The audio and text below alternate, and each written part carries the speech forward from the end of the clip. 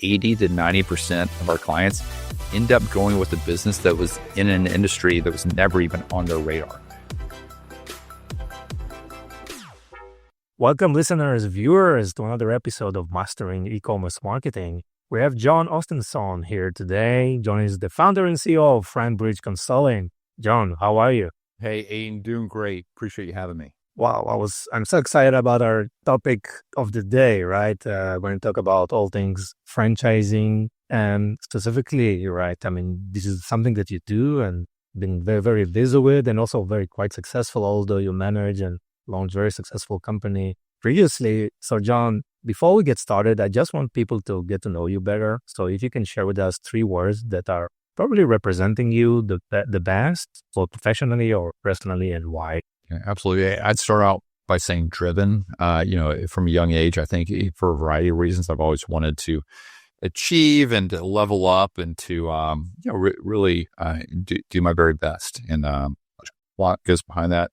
Second would be balanced. I view everything through the lens of 5 domains: faith, family, and relationships, fitness, finances, and a lot of people would say business. I say franchising. So that's my 5F framework. And really, I think about my days that way, my quarters, years, and really want to stay balanced. And then the third one would be stewardship. I believe that to whom much is given, much is expected, whether it be resources, whether it be opportunity. I try to steward my family, try to steward my time, try to steward our resources and how we use those. So that's something that's very important to me, is that, we do for others, more than we do for ourselves, and we're good stewards of what we've been given. Perfect. I love the driven part. I think it's something that you are probably remember since the day you remember yourself, right? It's something that you carry from very, very early. And probably balance is something you can later in life, right? When you try to figure out and learn more how to prioritize things in life. So I think it's a very, very, very good combination. So we thank you. Thank you for sharing those. So Jon, what originally drew you to the world of franchising, right? Stumbled into it. Like so many of your listeners, when I heard the F word, franchise, I thought of fast food, right? And that's what came to mind, and really had the opportunity. So I spent many years in the corporate world, had a great run, very thankful for it, got the MBA, checked all those boxes, but wanted to build my own thing, wanted to do something more entrepreneurial, didn't know what it looked like. And through some circumstances, had the opportunity to come in and serve as president of Shelf Genie franchise system. It's custom pull-out shelving for kitchens and pantries. So I came in, ran our home office, ran our marketing teams, our call center, our technology, our product development for about 100 franchisees across North America. And for me, that was a light bulb moment where I fell in love with the franchise model. Just saw how all these diverse backgrounds could come together under a shared system of support, and how we allowed, support these people in becoming business owners. So that was about 9 or 10 years ago, about a decade ago. And since then have invested in franchises myself on the franchisee side, and also started my consulting practice to help others do the same. Amazing. What's included in this term, right? I mean, how do you define it today? Franchising, really, it's 3 basic things. It's a shared brand, but in a lot of these industries, it goes so much more than brand, right? So it's a shared brand. It's some form of support, coming from a home office or corporate location, and then some compensation going back for that support. That's really what a franchise is. And, there's just so many exciting models out there today, and everything from home and property services to health and wellness to categories like kids, pets, seniors, business to business services. So many things that oftentimes people don't have on their radar when they think about franchising. So I love getting out there and exposing people to these opportunities, and candidly, why so many of their friends and colleagues and neighbors and family are jumping in. I mean, we've never seen so much interest in franchising, and I love being a part of that. You are focusing specifically on a non-food franchising, right? Because the first thing you come to your mind is the food related industries, right? But is it only offline businesses, or some of them are online? Is it only physical goods, or maybe like digital services or services in general? Great question. So first off, we've got nothing against the food guys. We need them, we support them. But for me, I felt like it made sense to go to the other half of the market, to go deeper. There's just easier ways to make money, in my humble opinion. Categories that may require fewer employees, less operating hours, higher margins, not having the brick and mortar retail base in some cases, right? I mean, some opportunities do, some don't. They're less susceptible to consumer whims. Those are some of the reasons I like these other industries. When you dig into these others, I mean, a lot of them are, I'd say on average, they tend to be a little more tangible oftentimes service related. In some cases, maybe there's a product complement, or I mentioned the pull-out shelving for kitchen and pantries that I was part of. Ultimately, you can call that product-based, but it's also heavy service-based, right? So a lot to kind of fit that mold, if you will. But I'd say it tends to be a little more services. I was just talking with a client a few minutes ago about a business coaching franchise. I just had a call with another client this morning about a cost mitigation, you help small, medium-sized businesses save costs. It's a very consultative type. And so you do have some of those B2B services as well. All of these have an online component, right? You're oftentimes entering fragmented, less sophisticated industries. And if you're coming in with a strong brand presence that's being represented online, but then also you're able to, the automated texting and the lead capture and the nurturing. I mean, these are things that oftentimes your competition's not doing that a franchise enables you to do, as well as just operating from a larger data set, because you've got all franchisees to have visibility into, helps you optimize and get to third base a lot faster than doing it on your own. Yes. Obviously, for founders or entrepreneurs out there, thinking of, okay, I want to launch something new, right? So they're thinking of, they need to build everything from scratch. But they obviously have this franchisee opportunity. What are some of the key, considerations that they need to have in mind, or what are some of the tips you can provide them to decide between starting something from scratch or even maybe considering a franchisee opportunity? Absolutely. End of the day with the franchisor, you are going to be paying something back to the franchisor, right? But in most cases, these are things that you'd be paying for anyway, right? I mean, they'll set you up day one. You've got the website, you've got all the technology stack, you've got the marketing data, you've got a coach on the sidelines and that franchisor that's supporting you, right? You're in business for yourself, but not by yourself, to be cliche. But you also, and I know you'll appreciate this, you've got a built-in mastermind group of other people running the same business day in, day out in their respective geographies. And so again, you're learning from each other, growing together. So you've got a community, if you will. And again, you have larger marketing data sets. So you don't have to make the same mistakes over and over. So those are some of the kind of low-hanging fruit. Certainly there's a lot more to it. One other thing that we see is a lot of people reach out and say, hey, we're interested in buying an existing business, right? That's very common. That ETA, entrepreneurship through acquisition, is very popular out there. That can be a great proposition. But from where I sit, what I continue to see over and over and over is that people have been looking for 3 years, 4 years, 5 years for that needle in the haystack. And they finally come back to us and say, actually, that's time that's somewhat wasted. We could have started a franchise and been up and running and pretty far down the tracks by now. So it is a trade-off, and I remind them too that if you were to buy an existing business, you're in business by yourself. Whenever you have a change in ownership, you may lose key employees or key customers. I mean, those things happen. Here you paid a premium for that business, assuming everything was going to continue as is. So within franchising, oftentimes when you go to sell the business, it's sold to another franchisee in the system. That's very common, that internal M&A, because you get the first line of sight into these potential deals. Most of the good opportunities never even hit the open market. So it gives you an exit strategy as well as a potential acquisition strategy, buying other franchisees over time. So usually those companies will have like a methodology, how to manage those franchisees, or you help them with this aspect as well. I mean, for the companies that want to find partners. Yeah. So we work with about 600 different franchise companies, really most of those outside of food, most of those that are looking to expand, that still have good markets to expand into.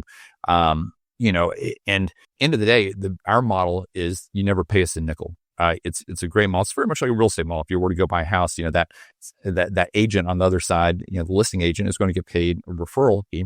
Your agent will as well, right? So we simply get a referral fee. None of that's passed on to our clients. So it's just a sales and marketing cost for them. So it's entirely free for our clients to hold their hand, take them through the process, help them identify the top dozen or so opportunities in their market. And here's a fascinating stat. I would say close to 80 to 90% of our clients end up going with a business that was in an industry that was never even on their radar. So oftentimes they don't know what they're looking for until it's right in front of them, and they look at their spouse and say, that actually makes a lot of sense. Yeah. And that's probably the value you provide, both sides, right? I mean, that's a where he starts a lot of perspective, right? Yeah. So what are the most, let's say, important criteria that matter to them when they're evaluating, high quality franchise opportunities? Yeah. Franchising is just like every other industry. You've got really strong players that provide great support, and you've got some that don't, right? And I hate that, but that's true whenever you have a large group of companies in the industry, right? That's where we help them identify the strong ones. But, things we're looking for, obviously the profit model's got to be there, right? That you've got to have competitive advantages, tangible competitive advantages over the competition within that industry. But we put a lot of weight too on the leadership team. We want to see a good blend of not only industry experience, but also franchise experience represented on that team. So end of the day, there's a little bit of art, a little bit of science to this. We're working around what are the best territories and demographics, and is there a large enough addressable market? Will this be a good fit for that area? But we're also looking at, what's a good fit for you? Are you looking to run the business day to day, what we would call an owner operator? Or are you looking to run it with an executive model? And this is very common in franchising too. Some call it semi-passive, some call it semi-absentee. I think semi-involved is a better term. You still got to be involved. But the idea is that you put a manager in place to run the day-to-day business, while you keep your W-2 job or focus on your existing business. Now that sounds great, right? But end of the day, it comes down to having the right operator running the business. If you don't have the right operator, you're going to find yourself leaning in until you do. If you do have a good operator that's incentivized and driven, and you have a good franchisor on the sidelines, they can support that operator and be their go-to for most of their daily questions, allowing you to, again, focus on your main things. So that is one of the beautiful things of franchising. A lot of people will start out maybe a little more hands-on, but then over time, kind of step back and move on. I've got a lot of clients will come back and buy additional franchises, or they'll come back and buy additional locations, or start their own business, buy an existing business. So I always encourage people, what's right for the next season, what's going to provide that platform that you can build off of. Yes. So you mentioned this own and operate, or own and semi-operate. That's a great start. What are some of the most important things that you see for a successful transaction, a franchise transaction right now? Yeah, I think, you want to be well capitalized, right? It's not, in a lot of cases, you don't need extensive capital. It just depends on the type of the business. There are heavy CapEx businesses, one that aren't. Banks prefer lending to franchises. So it is very common to use, like in the US, an SBA loan. Other countries have their own form of that. But because it's a little more predictable, it's usually not that hard to get funding. There's also the potential to use an older retirement plan, like one from a previous employer. You can roll that over through what's called the ROBS program, ROBS. So I'd say the funding side of it, I think, just think it through. Some people want to be passionate about the opportunity that they get into. Others say, hey, if I can make $1 million a year in this dumpster business, I'll take that on. And people do tend to kind of, these days, I'm seeing it. Smart money is going after things that are less sexy. I kind of joke, non-sexy is the new sexy when it comes to business ownership. So it is things that are, whether it be flooring, insulation, things that aren't going out of style that people are always going to need. I always say that people will always spend on their health, their kids, their pets, to some degrees, their homes. And so what are those businesses? They're always going to be around. The AI can enhance, maybe from a lead generation standpoint or truck routing standpoint, let's say, where it gives you a leg up on the competition. But industries where AI is, at least as far as we can imagine it, isn't going to take the place of someone in the business. Yes, just going to this blue collar kind of thing, and going back to basics and just figure out what AI cannot do. This, human to human connections. And again, we're social creatures, right? So definitely it has a lot of influence on businesses. So on the other hand, what are some of the mistakes that you see that entrepreneurs are doing, when they're approaching or even considering a franchise business? Yeah, I think sometimes, that it's just going to be easy, right? Franchising provides training wheels, but you still have to have someone riding the bike. And, it's not totally turnkey. If it was easy, everyone would be a business owner, right? Everyone would be a franchise owner. It does take work. There's a reason why you can make an outsized return on your investment. It's because there is some degree of involvement with the business. And, I never want to sugarcoat it. I tell our clients over and over, whoever is running that day to day has to be, if it's not you, it has to be someone that you trust, someone that you incentivize. So I'd say, just thinking that it's going to be easy may be one mistake people make. Another is, timing is never going to be right to buy a business, right? Stars will never perfectly align. It's the entrepreneurs, it's the people that take a step in anyway, right? But I think, there are a lot of people out there that consume content, that listen to podcasts, that think about business ownership, but they never actually take a step. It's just kind of on the sidelines. And then maybe once they get into it, they're like only one toe in. I'd say, if you're going to do it, do it. Just look at the vast number of case studies of those that have gone before you that have done it. Go in confidently, leverage the franchise system, milk it for all it's worth, and get involved, form relationships. either do it or don't. Don't go in halfway. Yes, yes. So for business owners who are thinking about franchising their company, what must be in place, before they even consider expansion? Yeah. You want to, it's got to be an attractive profit model, and you want to make sure you have a good team around you that can support franchisees, that you're ready for it. Last thing you want to do is invite people into your business to become franchisees and not be ready to support them, not have the infrastructure. So there's some basic building blocks. I'm always happy to talk to any of your listeners about it, but you want to have, the expectations these days are that you're going to have some form of lead generation on the marketing side to support franchisees. You'll have some form of technology stack to hand off, some sort of training that you're going to provide. And end of the day, the better the franchisee does, the more money you make too. So you do have aligned interest there. So I'd say just making sure you're giving good checks to each of those boxes would be where you would start. There are a lot of ways to expand. Franchising is right for some businesses. It's not for others. I think it can make a lot of sense, if you're looking to have an exit down the road, or, private equity loves franchising, absolutely loves it. We get calls all the time of franchise that I'm involved in. Private equity is wanting to get involved. They love the business model behind franchising. But again, you've got to be ready to support those franchisees. Last thing you want to do is invite people in and not be ready. All of a sudden you're going to have kids with expectations of you that you're not able to fulfill. One other point that I'd make about existing business owners, a lot of times they say, how can I expand my business? Should I add a revenue stream? Franchising can make a lot of sense for them. In some cases, they're too entrepreneurial. They don't want to stay within the lines. Franchising is not a good fit. But what I found is for many business owners, we've had a lot of clients that are existing business owners get involved.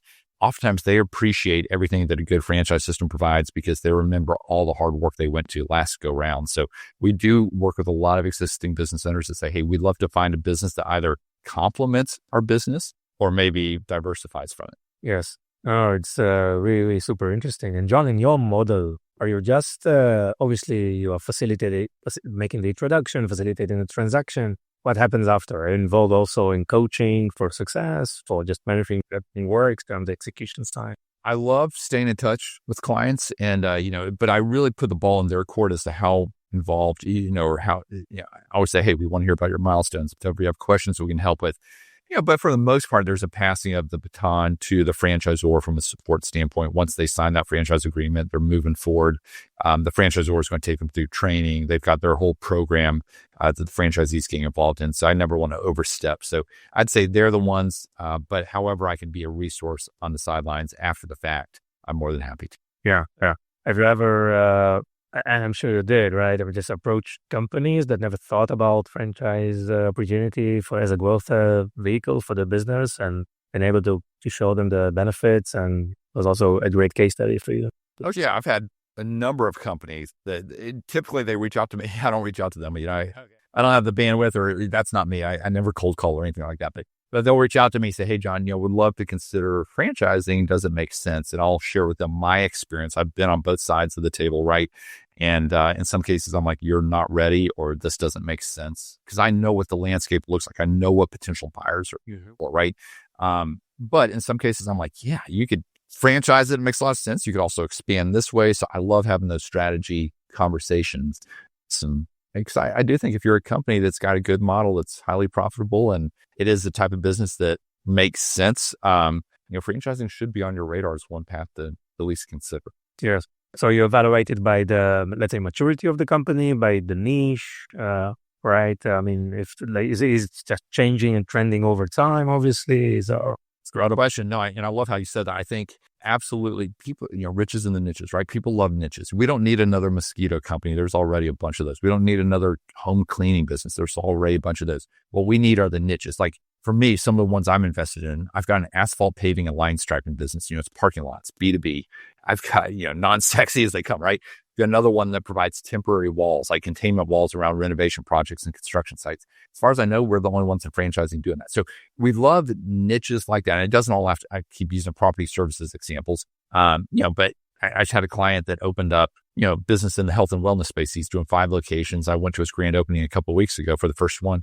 They provide infrared saunas and cold plunges and red light beds and compression therapy and injections all under one roof, and it's a membership model. Whereas other players in the space are largely doing one or two things. Oh, they also have cryotherapy, which I took my son into. Sure, son knew that. That was a lot of fun. But we love niches out there, and there's so many. So that's one of the things I love most about my job is just seeing the types of businesses that are getting involved in franchising, how they resonate with others. So I'd say the niches are important. And then I think you also mentioned like the maturity of the company, right? The maturity. So certainly, yeah, if you just started the business in the past year, it's probably not ready to be franchised, right? Like give it a little bit of time. In some cases, a business may have multiple locations. That's ideal because you've already proven out that it works well in different geographies. In other cases, you may just have that corporate location, but there's enough belief behind how you do things that it's going to be, replicable, and you've got systems in place and such. So, certainly the longer you've been in business, the longer track record, the more likely someone's going to want to say, hey, I'll pay you to become a franchisee of your system. Yes.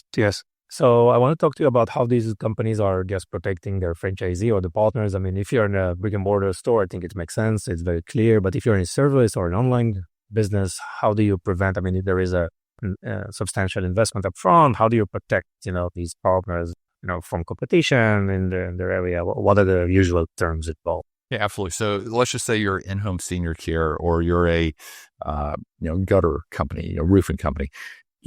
Typically in a service-based business, it would be territory-based, and a territory may be 250,000 in population. The franchisors have the software subscriptions where they can see the demographic information at the zip code levels. They would help you construct a territory, maybe in multiple territories, right?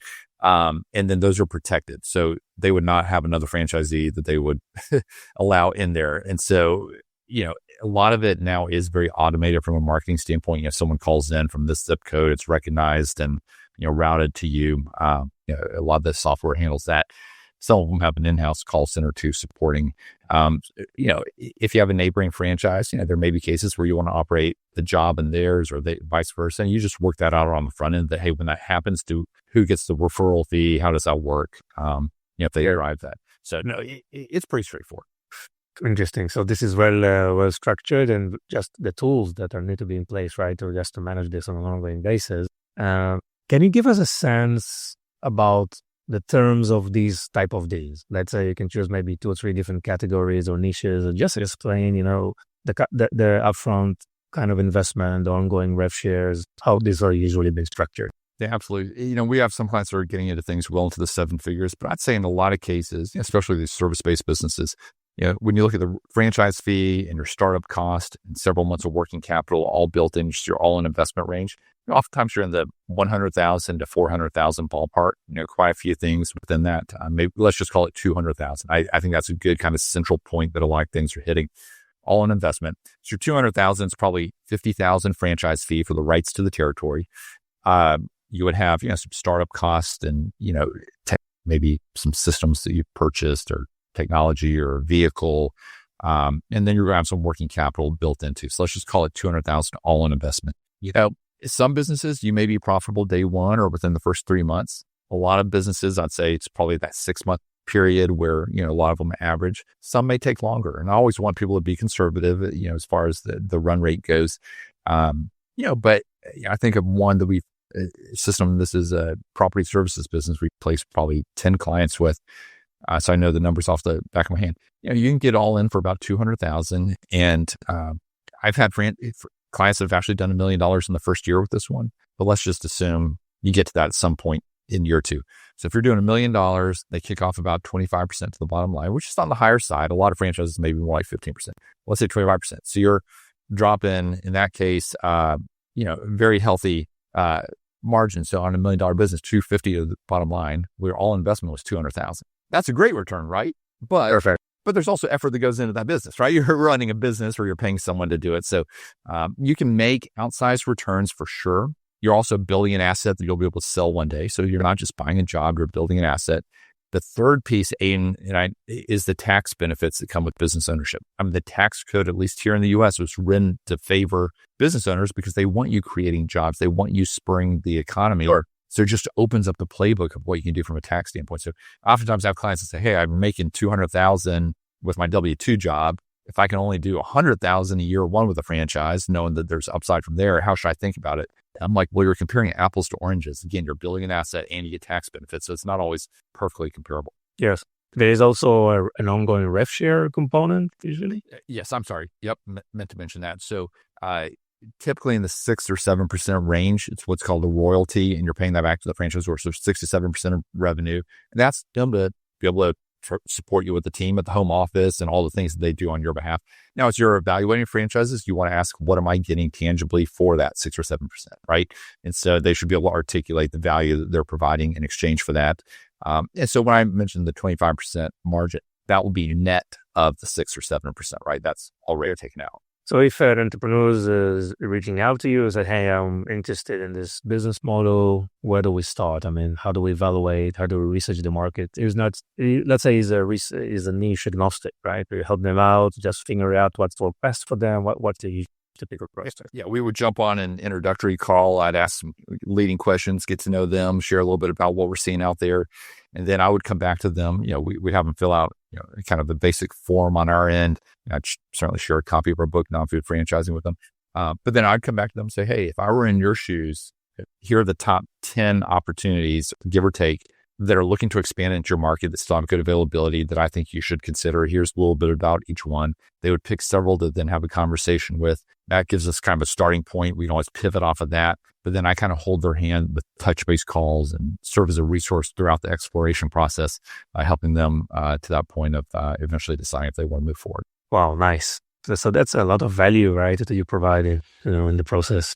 A lot of perspective. And again, it's entirely free to work with us. We get a referral fee on the back end. None of that's passed on. Nice. So you showed the book. So let's talk about the book. Tell us more. Yeah, no, it came out just over 3 years ago. Non-Food Franchising, about 90 pages. We have an audio version as well and a soft copy, PDF version.